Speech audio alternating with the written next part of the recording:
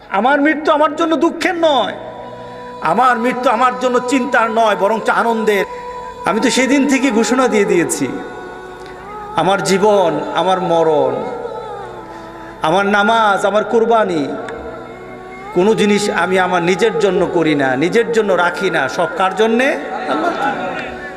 এমনও তো হতে পারে আমার জীবনের শেষ একটা মজলিস এটা সেজে গেছে, আমার জন্য আরেকটা মজলিস অপেক্ষা করছে, যেটাতে আমি অংশগ্রহণ করব না, যেটাতে আমাকে নিয়ে সবাই কথা বলবে, আমাকে নিয়ে সবাই ব্যস্ত থাকবে, কিন্তু আমি ব্যস্ত থাকব না। আমরা আল্লাহর কাছে শুকরিয়া জানাই যে মাবুদ আমাদেরকে একত্রিত করেছেন তার কোরআনের মজলিসে, একটা দ্বীনি পরিবেশে আমাদেরকে আল্লাহ একত্রিত করলেন। আমরা ভীত নই, আমরা আনন্দিত। কি বলেন? এমন এক পরিবেশ চলছে গোটা পৃথিবীতে, কথা হচ্ছে একত্রিত হওয়া যাবে না, মজলিসে বসা যাবে না, কোথায় কয়েকজন একসাথে চলাফেরা করা যাবে না। কিন্তু আমরা ভীত নই, কারণ আমরা আমাদের জন্য বসি নাই, আমরা বসেছি আমাদের আল্লাহর জন্যে। আমরা এখানে বসেছি আমাদের ঈমানকে তাজা করার জন্যে, জীবন তাজার জন্য না। যারা জীবন তাজা করতে চায় তারা ভয় পায়, যারা ঈমান তাজা করতে চায় তারা দুনিয়ার কোনো জিনিসকে ভয় করে না।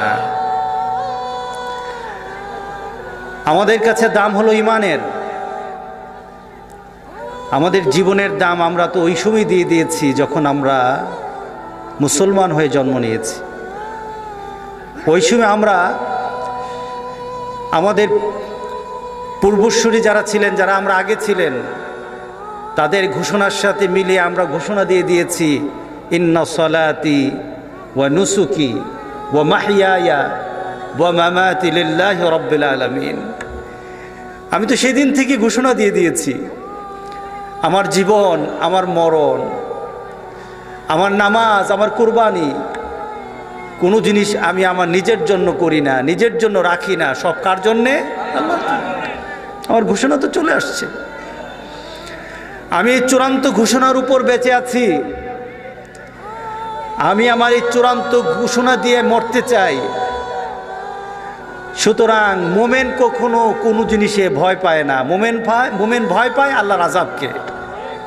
আমরা কিসে ভয় পাই? আল্লাহর গুসাকে আমরা ভয় পাই, আল্লাহর রাগকে আমরা ভয় পাই।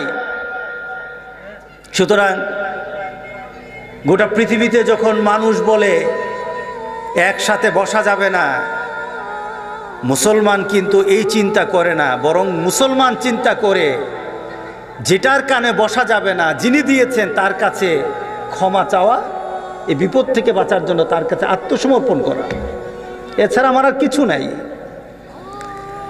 বাঁচার আর কোনো তরিকা নাই, বাঁচার আর আমাদের কোনো সুযোগ নাই। একটাই সুযোগ, আল্লাহর কাছে বলে দেওয়া, ঘোষণা দেওয়া, মাবুদ ভুল করে থাকলে মাফ করে দাও।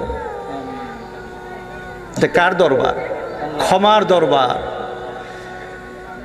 এটা হলো ক্ষমার দরবার, যেই দরবারে মানুষ চাইতেই থাকবে, মানুষ চাইতেই থাকবে, সেখান থেকে কেউ ফিরে আসবে না। ওইটা আমার মাবুদের দরবার। আমরা আজকে এখানে বসে গোটা পৃথিবীর মানুষের জন্য দোয়া করব। নিজেদের জন্য দোয়া করা দরকার, মানুষের জন্য দোয়া করা দরকার। শুধু মুসলমান নয়, গোটা পৃথিবীর মানুষ, গোটা পৃথিবীর মানুষের জন্য মুসলমানরা দোয়া করে আল্লাহ যেন এই বিপদ থেকে আমাদের সবাইকে রেহাই দেন। আমিন বলি। আমরা ভীত নই, আমরা আনন্দিত যে একটা কোরআনের মজলিসে বসতে পেরেছি। এমনও তো হতে পারে আমার জীবনের শেষ একটা মজলিস এটা সেজে গেছে, আমার জন্য আরেকটা মজলিস অপেক্ষা করছে, যেটাতে আমি অংশগ্রহণ করব না, যেটাতে আমাকে নিয়ে সবাই কথা বলবে, আমাকে নিয়ে সবাই ব্যস্ত থাকবে, কিন্তু আমি ব্যস্ত থাকব না। এমন একটা পরিবেশ তো হয়ে যেতে পারে, হতে পারে না? সুতরাং আমরা প্রস্তুত।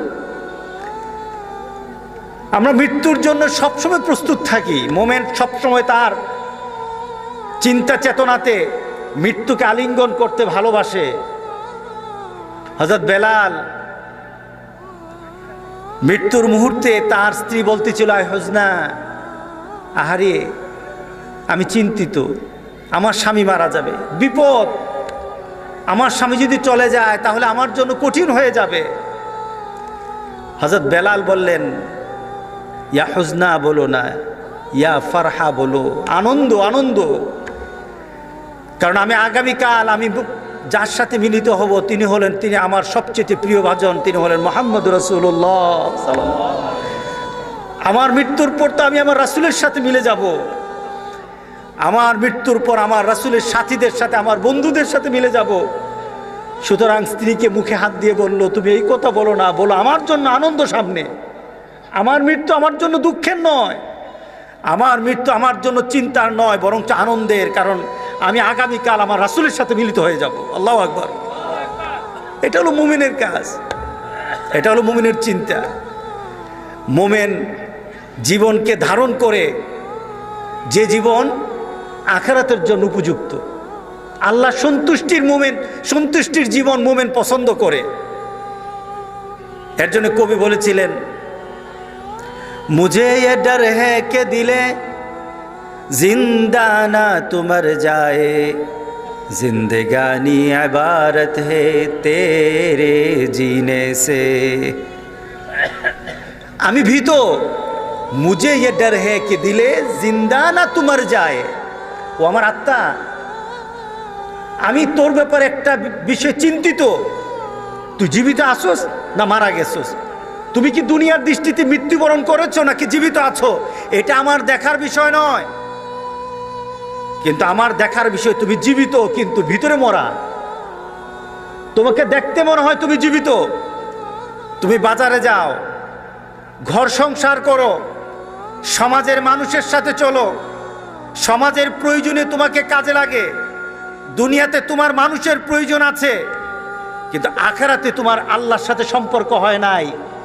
এ আমার আত্মা, এই আত্মার কোনো আমার দাম নাই, এই আত্মার আমার কোনো প্রয়োজন নাই। যে আত্মা আমার মাবুদের সাথে সম্পর্ক করতে পারে না, যেই আত্মা আমার রাসূলের সাথে সম্পর্ক করতে পারে না, এই আত্মা দেখতে মনে হয় জীবিত, আসলে এটা মরা। ঠিক না? এটা হলো মরা। এই মরা দিল আমি চাই না। আমি বেঁচে থেকেও আমার দিল যখন মরে যাবে, আল্লাহ রাসূলের সাথে যার সম্পর্ক নাই, বেঁচে থেকেও তারা মরা। কথা ঠিক আছে কিনা বলেন? সুতরাং যারা দিনের পথে নাই, দেখতে মনে হয় জীবিত, আসলে তারা মরা। যারা আল্লাহ রাসূলের কথায় চলে না, তাদেরকে দেখতে মনে হয় জীবিত, আসলে তারা মরা।